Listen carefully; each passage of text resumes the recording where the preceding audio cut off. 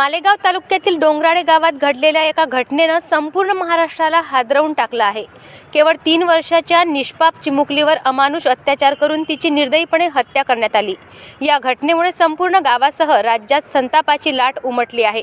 अमरावतीतही त्याचे पडसाद उमटले आहेत। बुधवारी आशापुरी सोनार महिला मंडळ व श्री संत नरहरी सेवा समितीच्या महिला पदाधिकाऱ्यांनी जिल्हाधिकारी कार्यालय परिसरात तीव्र निदर्शने करून या घटनेचा निषेध व्यक्त केला। तसेच यातील आरोपीचे पोस्टर हातात घेऊन तीव्र रोष व्यक्त करण्यात आला। आरोपीला तात्काळ फाशीची शिक्षा द्या अशी मागणीही जिल्हाधिकाऱ्यांना निवेदनातून केली आहे। नमस्कार, मी विशाखा प्रवीण हरमकर। नुकत्याच मालेगावमध्ये झालेल्या निर्घृण हत्या केली गेलेली आहे त्या अगदी चिमुकल्या 3.5 वर्षाच्या मुलीची, आणि पहिले तिच्यावर दुराचार झाला आणि तिला दगडाने ठेचून मारल्या गेलं, आणि मारणारा हा नालायक मनुष्य ज्याला अजूनही शासन आणि डिपार्टमेंट म्हणते की आम्ही याला पकडलेलं आहे, पकडून काय करता काय त्याचं, तिच्या आत्म्याला शांती केव्हा मिळेल।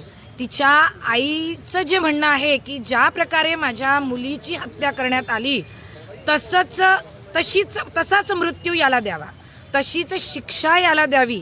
जोपर्यंत ही शिक्षा याला होणार नाही तोपर्यंत ठिकठिकाणाहून समाजातून असेच आवाज निघतील। यामुळे आमचं आशापुरी सोनार महिला मंडळ आणि संत नरहरी सेवा समिती बस एवढीच तुम्हाला रिक्वेस्ट आहे।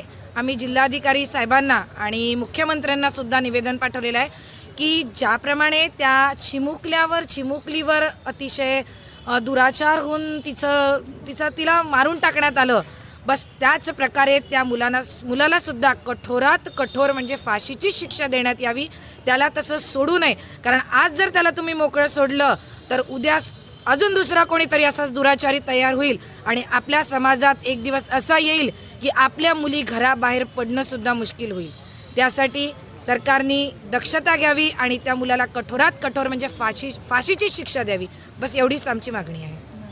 अशाच महत्त्वपूर्ण बातम्यांच्या अपडेटसाठी अजिंक्य भारत न्यूजच्या पेजला फॉलो करा आणि सबस्क्राइब करा। Thank you for watching.